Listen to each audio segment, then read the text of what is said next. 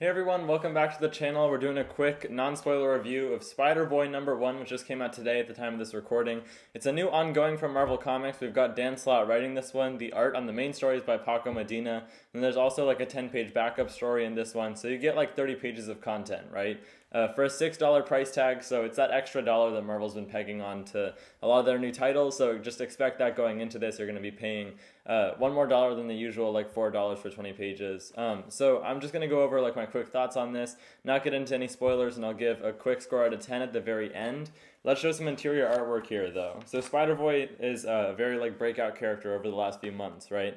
My best guess is that they weren't even planning on having an ongoing for him like this, but after those first appearances in the first few issues of the Spider-Man ongoing series that Dan Slott came back on to write after having written Spider-Man for a long time beforehand, back when he was the main writer on that run.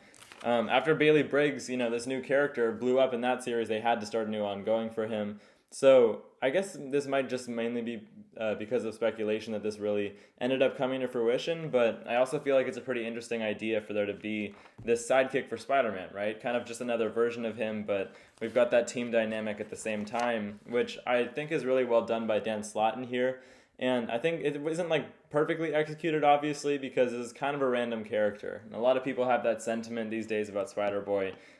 Some people are not the biggest fans. I feel like he has potential. So that's why I stuck this through, to see what the deal is. What we know so far is not very much. We've had like an origin story issue for him in the last issue of Spider-Man that he appeared in, and I doubt he's going to be playing that central of a role in any books besides his new ongoing at this point, right?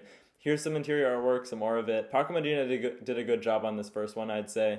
We're just getting more details revealed about like Spider-Boy's powers and how they're different from Peter Parker's.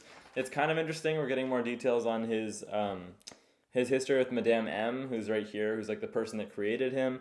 But of course, there's this whole plot where he was like wiped from the web of life and destiny, right? The whole Spider-Verse deal that's going on there. So now no one remembers him in the reality that he's in with, like the main Marvel universe, even though he remembers having all this history as Spider-Boy and already having known Peter Parker for a super long time and everything.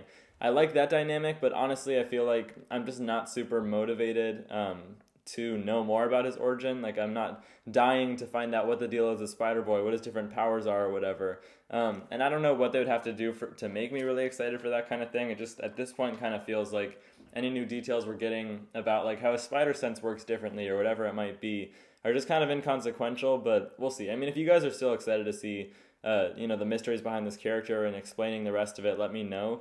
But at this point, I'll keep going with it. It was a pretty good first issue. Dan Slott is a pretty funny writer. This is not at all a serious comic. It's definitely more lighthearted. I would even go so far as to say that it's kind of like geared towards kids, or at least any audience. It's a very all ages comic. So yeah, this is art from the backup story, which was also pretty good. It looks like they're going to be continuing that in the next issue too. So score out of 10 for this one, I'd say maybe a 7, maybe a 6, somewhere between there. I guess I'll say like 6.5 out of 10. I enjoyed it. It was what I expected and nothing more, right? I'm maybe getting a little tired of like unveiling little bits and plots of Spider-Boy's origin and his powers and stuff. I feel like at this point we should just like ramp things up and get into his ongoing and ignore that kind of stuff. But we'll see. What do you guys think of it? Have you read this issue already? Let me know your thoughts down in the comment section below. If you haven't already, make sure to hit that subscribe button also, and I'll see you guys in the next one. Bye, guys.